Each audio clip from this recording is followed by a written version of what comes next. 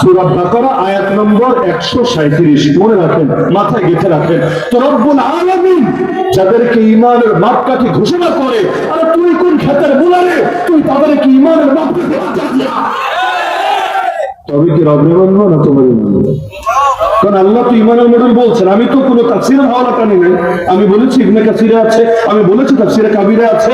আমি তাফসীরের হাওয়ালা টানলে বলবেন হুজুর ওই তাফসীরে ভিন্ন কিছু আছে। রাখো তাফসীর। আমি হুবহু কোরআনের আয়াত বলেছি, হুবহু।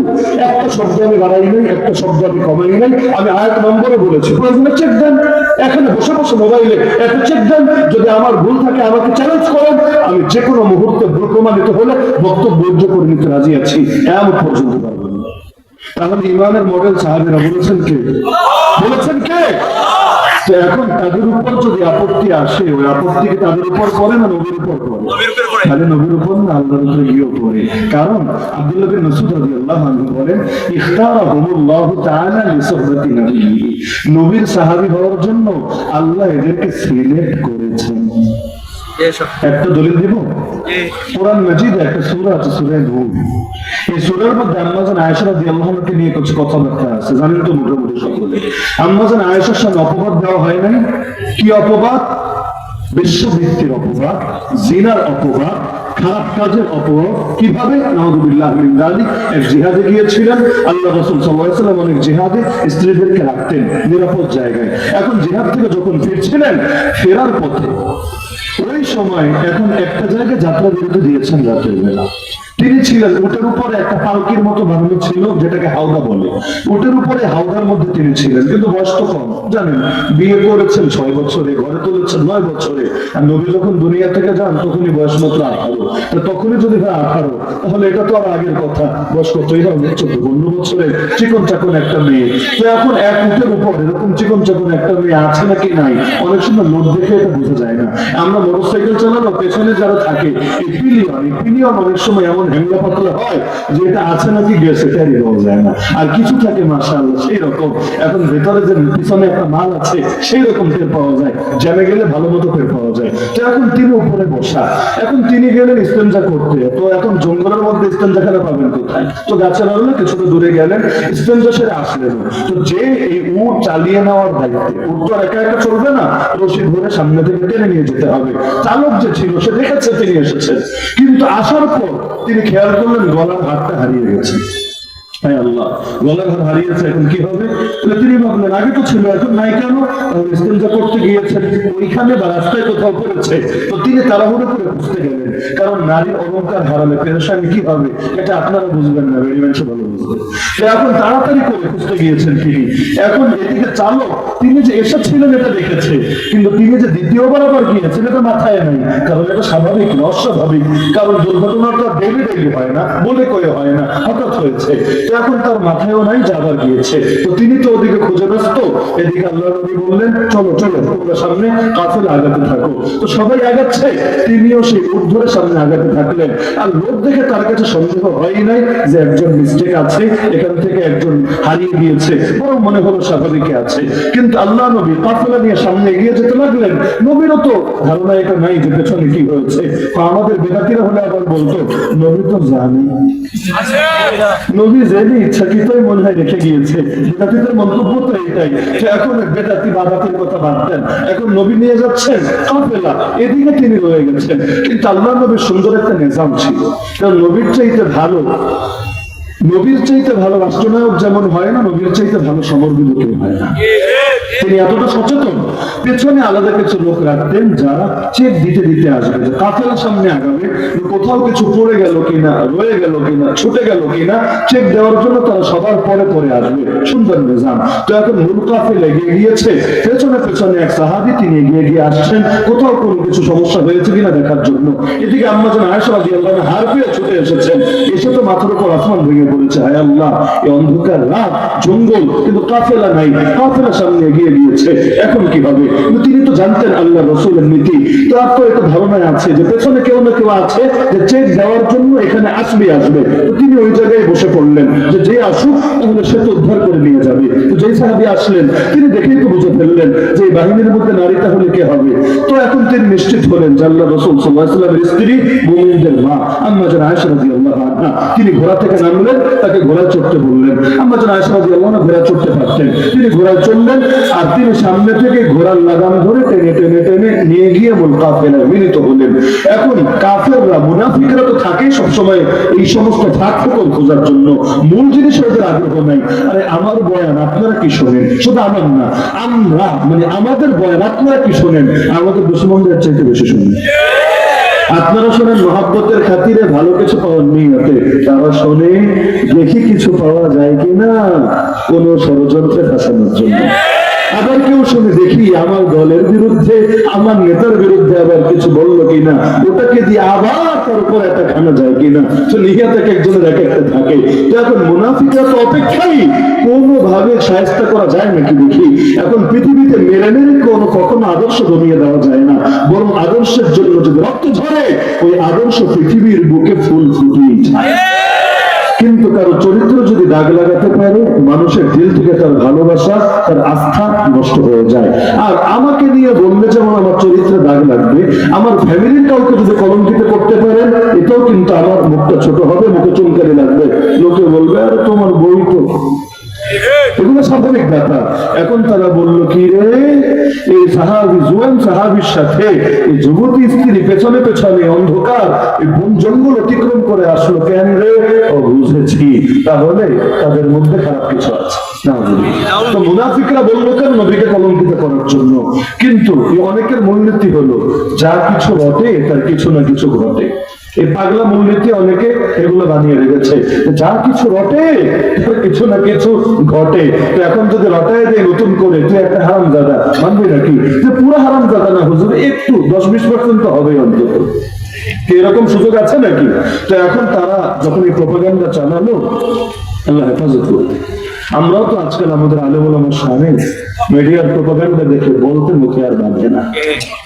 যেই মিডিয়া আপনাকে নিয়ে বললে বলবেন ষড়যন্ত্র, আপনার দলের কোন হুজুররে নিয়ে ব্যক্তিরে নিয়ে বললে বলবেন ষড়যন্ত্র, ওই মিডিয়া যখন বলে অন্য কোন আলেমের সামনে, তখন আর মনে হয় না ষড়যন্ত্র, তখন মনে হয় কাল ওয়াহিল মুনাজ্জাল মিনাস সামা।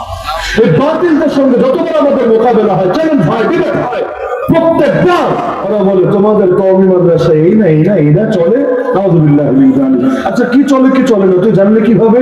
জঘন্য কণ্ঠে প্রথম অন্ধকারে অমুক অমুক পত্রিকায় দেখে দেখে জেনেছি। ভালো কথা। তো এই পত্রিকার দলিল কয়টা লাগবে তোমাদের বিপক্ষে? তোমাদের লোকেরা আকাম কুকাম করেছে এমন হাজারো রিপোর্ট আছে, তোমাদের বড় বড় ব্যক্তিদের সামনেও কলঙ্কজনিত রিপোর্ট আছে। আমাদের তার লাইনে পত্রিকা দলিল, তোমাদের তার লাইনে দলিল হবে না।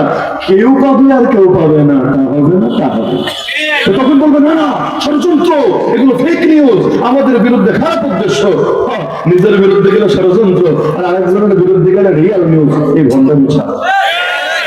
এখন এই খবর শুনে নবীর কোন কোন সাহাবী তারাও এটা শরীক হয়ে গেলেন। হাসান বিন সাবিত, হামজা রাদিয়াল্লাহু আনহু, বিসর রাদিয়াল্লাহু আনহু, তারাও এর সঙ্গে শরীক হয়ে তারাও এগুলো বলতে লাগলেন। তো রব্বুল আলামিন এর প্রতিবাদ করে কোরআনে আয়াত নাযিল করলেন। আরে সুবহানাল্লাহ, আম্মা জানের কি কপাল, আল্লাহ নিজে ওহী নাযিল করে তার চরিত্রের সার্টিফিকেট দিলেন। আর এটা মেম্বার চেয়ারম্যানের সার্টিফিকেট না, কাউন্সিলর কমিশনের সার্টিফিকেট না, এটা সাত আসমানের উপর থেকে নাযিল হওয়া রব্বুল আরশিল আজিম সার্টিফিকেট। তিনি বললেন লাউলা সামিআতুমুহু কুলতুম মা ইয়াকুনু লানা আন নাতাকাল্লামা বিহাযা। আরে যখন শুনলে এই কথা, আরে মুখে আরো দূরের কথা, সবার আগে কেন বললা না সুবহানাক সুবহানাক, হে আল্লাহ তুমি পবিত্র। হাযা বুহতানুন আযীম, এটা জঘন্য জঘন্যতম অপবাদ। মা ইয়াকুনু লানা আন নাতাকাল্লামা বিহাযা, আমাদের মুখে অপবাদ উচ্চারণ করা মানায় না। আচ্ছা এটা যে অপবাদ না বাস্তব, বুঝলেন? এটা যে অপবাদ না বাস্তব, তা তো বের হবে গবেষণা তাহকিকের পরে। কারণ প্রশ্ন যেহেতু একটা উঠেছে, তাহলে তাহকিক তো লাগবে। তাহকিকের আগে এটা কি অবাস্তব না বাস্তব নিশ্চিত হবে কিভাবে? নিশ্চিত হওয়ার কোন কারণ আছে কিনা আমাকে বলেন। যে না অমুক ছিল, ওই সিসিটিভি লাগানো ছিল, আমরা চেক দিয়েছি, না সব ঠিকঠাক আছে, কিচ্ছু করে নাই। বঙ্গবন্ধু স্যাটেলাইট ছিল, আমরা আসমান থেকে দেখেছি, কিচ্ছু করে নাই, সব ক্লিয়ার আছে। এমন কোন ডকুমেন্ট আছে, এমন কোন প্রমাণ আছে? আমাকে বুঝে বুঝে জবাব দেন। আল্লাহ কেন বলতে বললেন খবরদার? মুখে উচ্চারণ করলেন কেন? শোনা মাত্রই কেন বললেন এটা অপবাদ? কিসের ভিত্তিতে বলবো অপবাদ? ভিত্তিটা কি আমাকে বোঝান, ভিত্তিটা কি? সিসিটিভি ফুটেজ না, স্যাটেলাইট চিত্র না, কোন সাংবাদিকের রিপোর্ট না, ভিত্তি কি? এই ভিত্তির নামই আকীদা। এই ভিত্তির নাম বুঝে বুঝে জবাব দেন, এই ভিত্তির নাম আকীদা। বলবেন আকীদা আবার এখানে আসলো কিভাবে? এটা যদি বোঝেন ওটাও বুঝবেন। আমরা তাদেরকে সাহাবী বিদ্বেষী কেন বলি? বিদ্বেষের দরজা কিভাবে খোলে? যদি কোরআন বোঝার মতো ন্যূনতম জ্ঞান থাকে, এটা বুঝতে পিএইচডি করা লাগে না, কমন সেন্স থাকলেই চলে। আর অন্তরে মোহর মারা থাকলে 52 মিনিটের লাইভ না, 52 ঘন্টা লাইভ দিলে কাজ হবে। কিভাবে বুঝলেন? আল্লাহ তাআলার একটা শব্দ দেখলেই বুঝবে না কিটা কিভাবে। আল্লাহ বললেন, যখন শুনলি কেন বললি না সুবহানাক? সুবহান মানে পবিত্র, কা মানে আপনি। সুবহানাক, আল্লাহ আপনি পবিত্র, কেন বললি না? আচ্ছা আমাকে বলেন, অপবাদ উঠেছে আল্লাহর নামে না আম্মা জান আয়েশার নামে? অপবাদ কার নামে উঠেছে? কার নামে? আম্মা জান আয়েশার নামে। তো পবিত্র বললে কাকে বলতে হবে?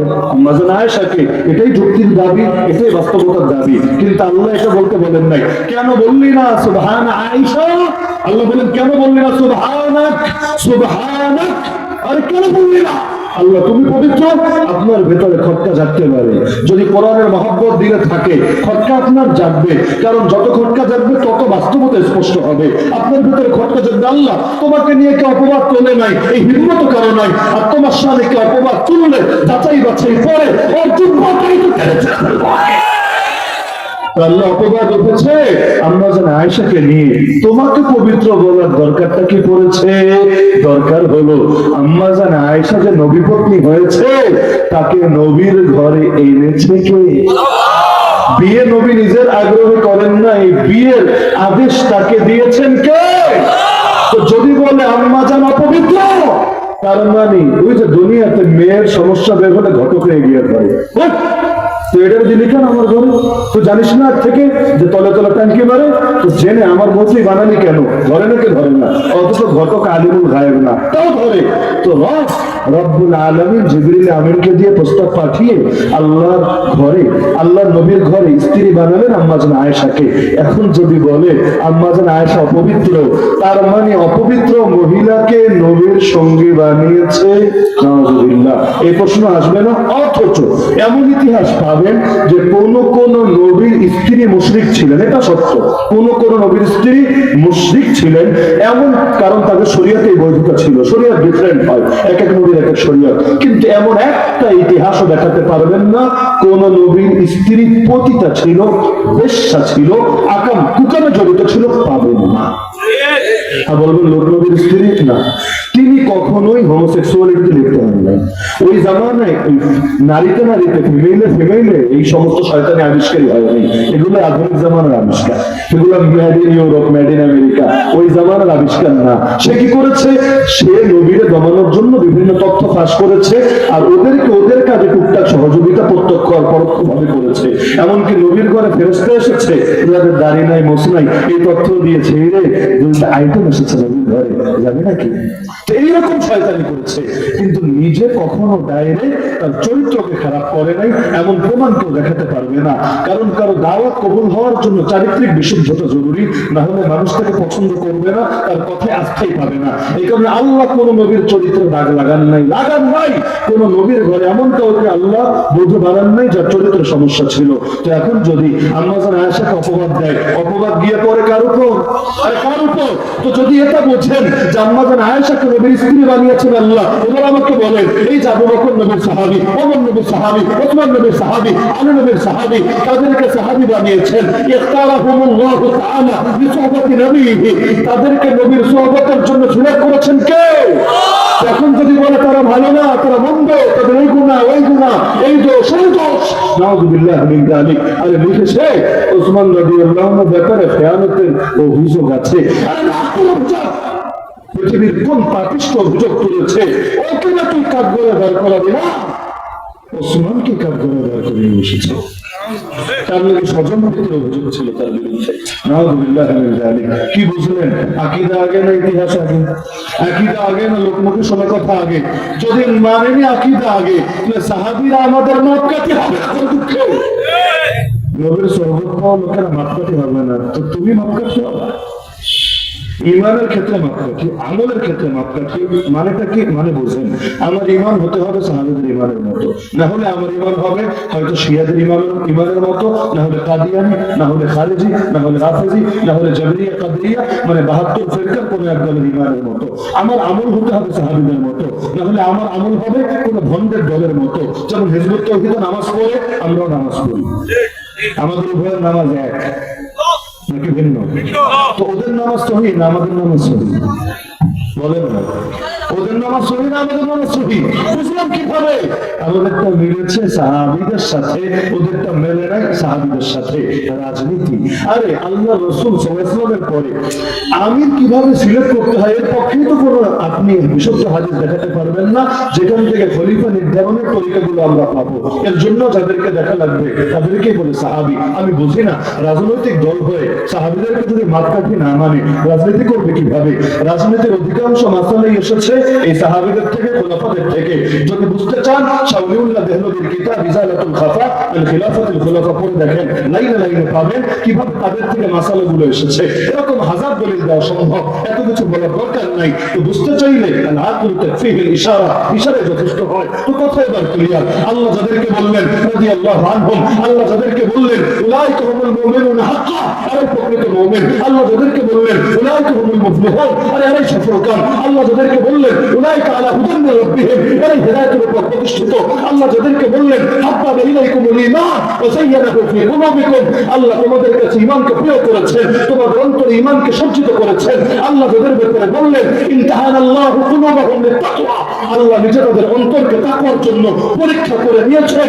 আল্লাহ যাদের ব্যাপারে বললেন ওয়া আলজামাহুম কালিমাতাত তাকওয়া, আর ঈমানের কালিমা, তাকওয়ার কালিমা আল্লাহ তাদের জন্য অবধারিত করে দিয়েছেন। তার মানে তাদের সঙ্গে এটা সর্বদা জুড়েই থাকবে।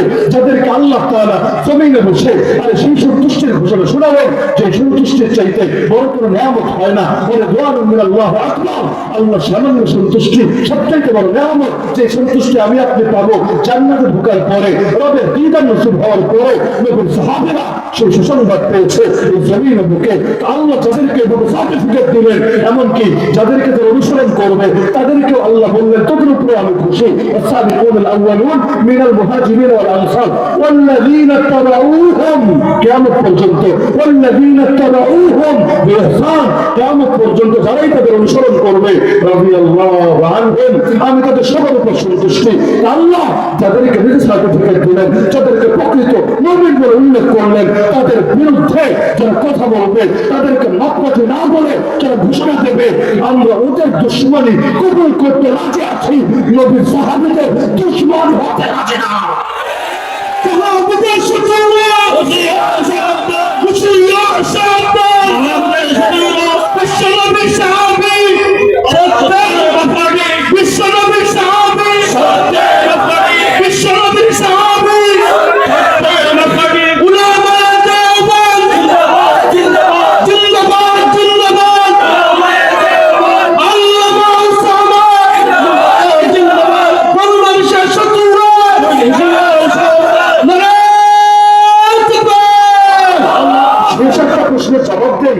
যে প্রশ্ন দিয়ে আপনাদেরকে ব্রেইনওয়াশ করতে পারে সেটা হলো বলবে নবী মাসুম, যে মাসুম সে না হকের মাপকাঠি হতে পারে।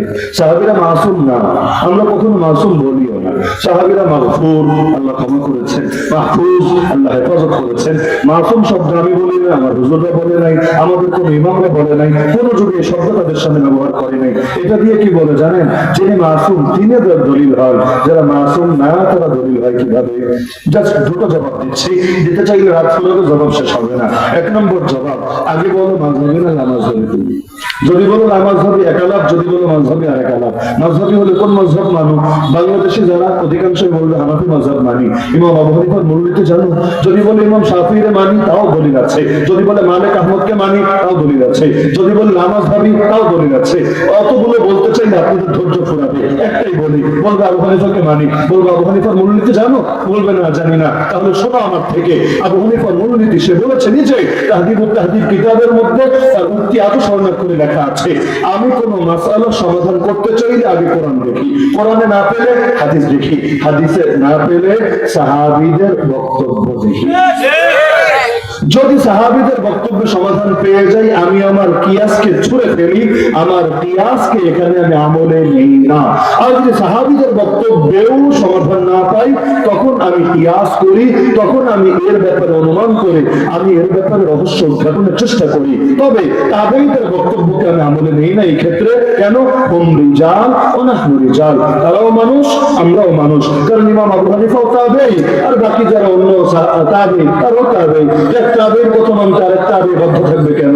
তো নবীর সাহাবীর কথাকে স্পষ্ট বললো, আমি দলিল মানি। তো তোমার ইমামও তো দলিল মেনেছে, তুমি মানবা না কোন দুঃখে? হ্যাঁ, এখন যদি মিয়ারে হক শব্দ নিয়ে আপত্তি থাকে, রাখো শব্দ, আমাদের শব্দ নিয়ে এত টেনশন নাই রে ভাই। কেউ বলবে তাসাউফ মানি না, তাজকিয়া মানি, তো মাইনো না তাসাউফ, দরকার কি? তাজকিয়া মানো, যেই লাও সেই কবু। আর তাসাউফ বলতো যদি ভ্রান্ত সুফিবাদীদের তাসাউফ হয়, তো দরবারে জাহাঙ্গীরিয়া তাসাউফ হয়, আর শাহজালালে ওরস করে যারা ওদের তাসাউফ হয়, ওই তাসাউফে আমরাও মানি না, ডাস্টবিনে ছুঁড়ে ফেলি।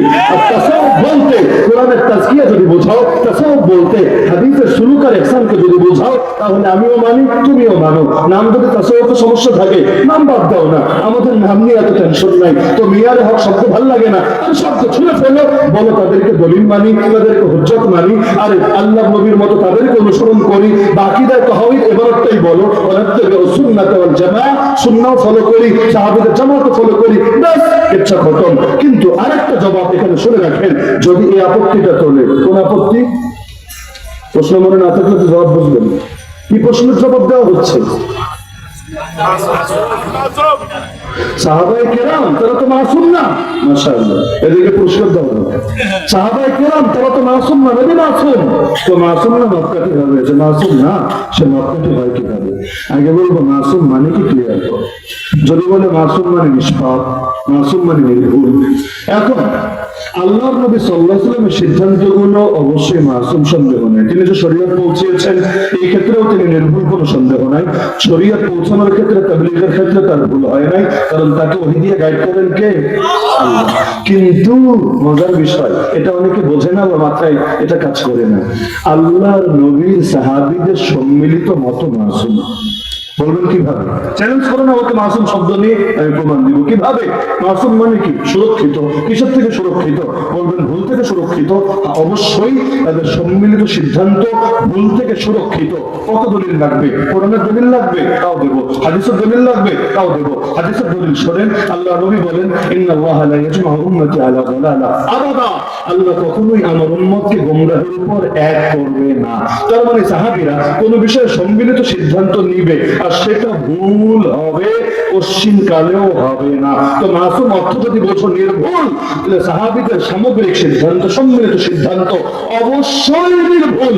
আল্লাহর কসম, কত ভুল হওয়া সম্ভব না। আর কোরআনের দলিল যদি চান তাও দিচ্ছি। আল্লাহ বলেন, ওয়া ইউশাকিকুর রাসূল মিন বাদি মা তাবাyyana লাহুল হুদা ওয়া ইয়াত্তাবি' গায়রা সাবিলিল মুমিনিন নুওয়াল্লিহি মা তাওয়াল্লা ওয়া নুসলিহি জাহান্নাম। যে ব্যক্তি রাসূলের বিরুদ্ধাচরণ করে, হক স্পষ্ট হওয়ার পরেও, হেদায়েত স্পষ্ট হওয়ার পরেও রাসূলের বিরুদ্ধাচরণ করা মানে কি? সুন্নাহ না মানা। এরপর বললেন, এবং মুমিনদের পথ ছাড়া অন্য পথ অনুসরণ করে। দেখেন, আগে কিন্তু বলে এসেছেন সুন্নাহর বিরুদ্ধাচরণ করে, সুন্নাহ মানে না, অন্য কিছু মানে। 2 নম্বরে বলেন এবং, এবং আগেই বলেছি, এবং মানে কি আগেরটা পরেরটা এক? এবং মানে কি আগেরটা পরেরটা এক? না, বরং আগেরটা পরেরটা সামান্য ভিন্নতা আছে। এবং মুমিনদের পথ ছাড়া ভিন্ন পথ অনুসরণ করে। এই মুমিনদের পথ ছাড়া ভিন্ন পথ অনুসরণ করা মানে বুঝলেন? মানে ইজমা মানে না, ইজমার বাইরে বিচ্ছিন্ন মতামত নিয়ে চলে। এখন বলবেন মুমিন তো আমিও, মুমিন তো আপনিও না, এখানে সর্বাগ্রে উদ্দেশ্য সাহাবী। বলবেন দলিল কি? আপনি যদি মূলনীতি জানেন তাহলে বুঝবেন। মূলনীতি হলো আল মুতলাক ইযা উতলিকা ইউরাদু বিহিল ফারদুল কাম। কামিল। কোন শব্দ সাধারণ ভাবে বললে এর দ্বারা এমন কাউকে বোঝায় যার মধ্যে পরিপূর্ণ গুণ বিদ্যমান আছে। আমি যদি আপনাকে বলি যে আপনি একটা উট দিয়ে দেন, একটা উট দিয়ে দেন, কেমন উট দিতে হবে জানেন? ল্যাংড়া, লুলা, পয়রা, অচল এই উট দিলে হবে না। কেমন উট দিতে হবে? সুস্থ সবল মাঝারি মানের উট যার মধ্যে গুণ ঠিকঠাক মতো আছে। তো এখন মুমিনদের মধ্যে সবচাইতে পাক্কা মুমিন কারা? উম্মতের মধ্যে কারা?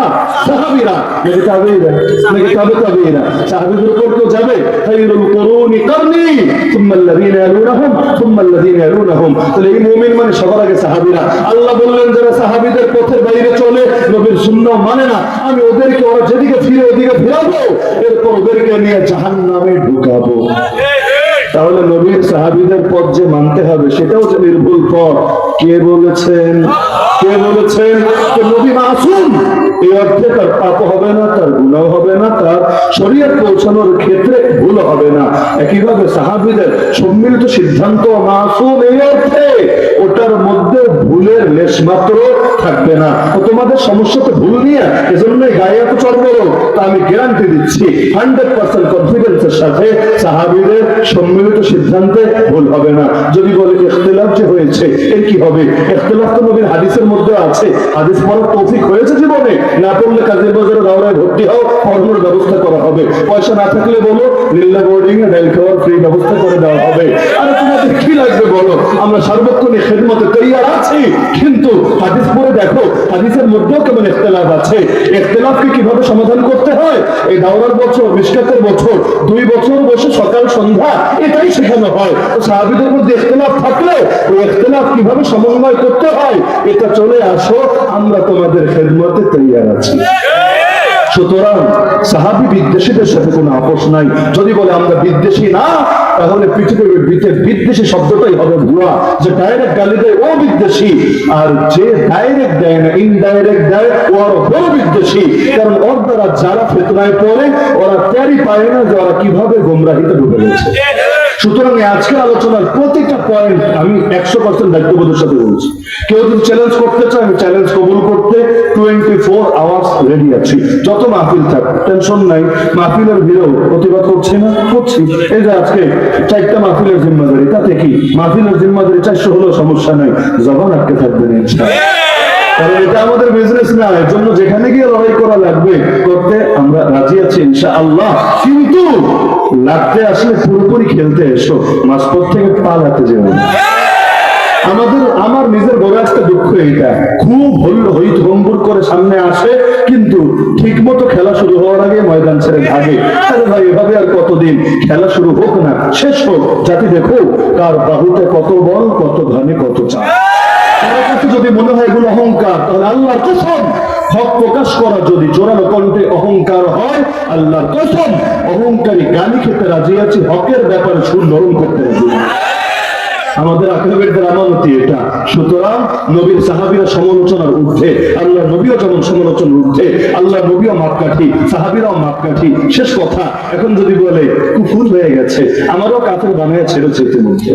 কেমনে? নবীও বললাম মাপকাঠি, সাহাবীও বললাম মাপকাঠি। হায় হায়, নবী সাহাবী সমান হয়েছে, নবুয়ত আর রিসালাতের সঙ্গে শিরিক হয়েছে। পাগলা, না ভাষা বোঝো না আকীদা বোঝো। মাকেও ভালোবাসি, বোনকেও ভালোবাসি, স্ত্রীকেও ভালোবাসি, বন্ধুকেও ভালোবাসি, আপনাদের সবাইকেও ভালোবাসি, আল্লাহকেও ভালোবাসি, আলেম ওলামাকেও ভালোবাসি, মামুনুল হক সাহেবকেও ভালোবাসি, সিংহ পুরুষ সিলেটের প্রিন্সিপাল রহমাতুল্লাহ আলাইহিকেও ভালোবাসি। শব্দ একটাই কিন্তু অর্থ কিন্তু এক না। যেই ভালোবাসা মাকে বাসি ওটা স্ত্রীকে বাসলে সংসার আর থাকবে না। যেই ভালোবাসা স্ত্রীকে বাসি ওটা আবার আরেকজনকে বাসলে গলায় ফাঁসির দড়ি ছাড়া আর কিছু ঢুকবে না। আবার যেই ভালোবাসা আল্লাহকে বাসি ওটা নবীকে দিলে শিরিক হবে, আর যেটা নবীরে বাসি ওটা আল্লাহকে দিলে আল্লাহর সামনে কমতি হবে।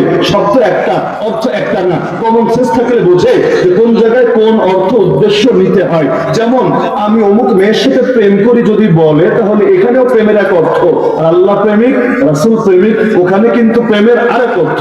এখন আল্লাহ প্রেমিক ওই জায়গায় যদি বলে, তাহলে লিপ্তবিদার কবে, জেদ কবে, এই প্রশ্ন যদি তুলে বুঝতে হবে আর পাবনায় নিয়ে ভর্তি করা হবে। কারণ আল্লাহ তো মানে আল্লাহ হচ্ছেন হকের মাপকাঠি।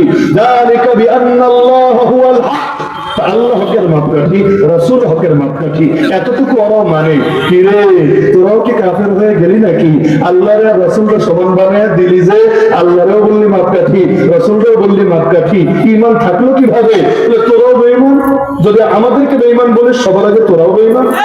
কারণ রাসূল মাপকাঠি আর সাহাবীরা মাপকাঠি বললে যদি রাসূলের শানে অবমাননা হয়, রাসূল মাপকাঠি আল্লাহ মাপকাঠি এটা বললে তো আল্লাহর শানে অবমাননা হবে। সুতরাং কি বুঝলেন? আমি এটাই বুঝেছি, আমার বুঝ আর কি, আপনারা নিতে বাধ্য না।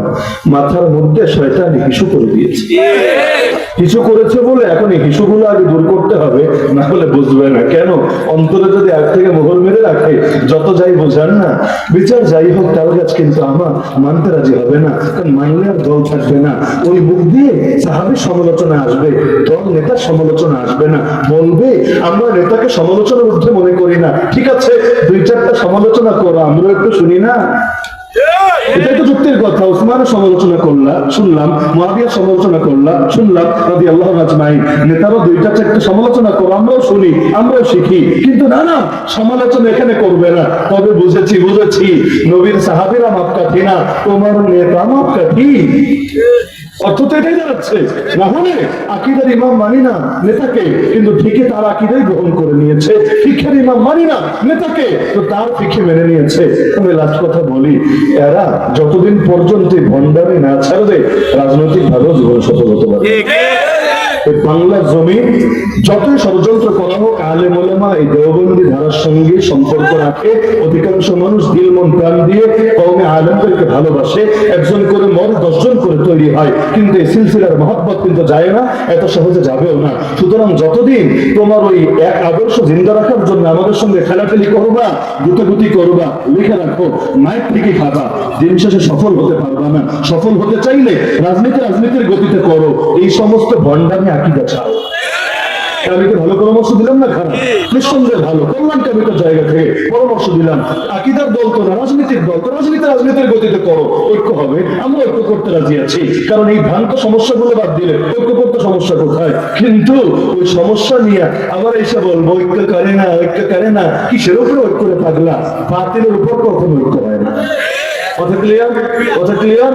সুতরাং নবীর সাহাবীদের বেলায় কোনো আপোষ নাই। সাহাবীরা আমাদের ঈমান, সাহাবীরা আমাদের আকীদা, সাহাবীরা আমাদের শান।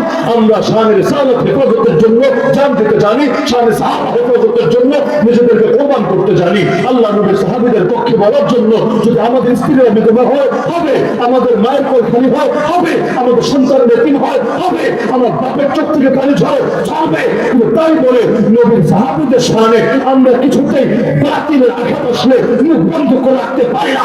আল্লাহ নবীর সাহাবীদের শানে বলতেই থাকবো। এর জন্য লড়াই করা লাগলে লড়াই করতেই থাকবো, রক্ত দেওয়া লাগলে সবার আগে রক্ত দেব। তবু সাহাবীদের সমালোচনা কিছুতেই সরে নেব না, নিতে পারবো না।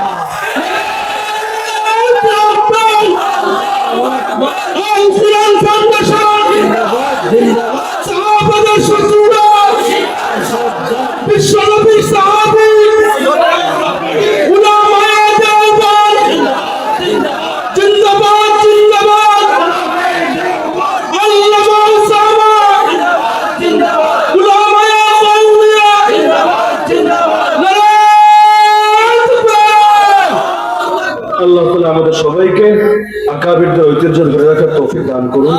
ঘরে ঘরে জিয়াউর রহমান ফারুকী হকনেওয়াজ শহীদ পয়দা করে দিন। আল্লাহ তাআলা ঘরে ঘরে তারেক এবং মুআবিয়া তাদের মতো ব্যক্তিত্ব পয়দা করে দিন। আল্লাহ তাআলা আমাদের সবাইকে সাহাবীদের জন্য কাজ করে যাওয়ার তৌফিক দিন। আমিন। ওয়া আখিরু দাওয়ানা আলহামদুলিল্লাহি রাব্বিল আলামিন। সবাই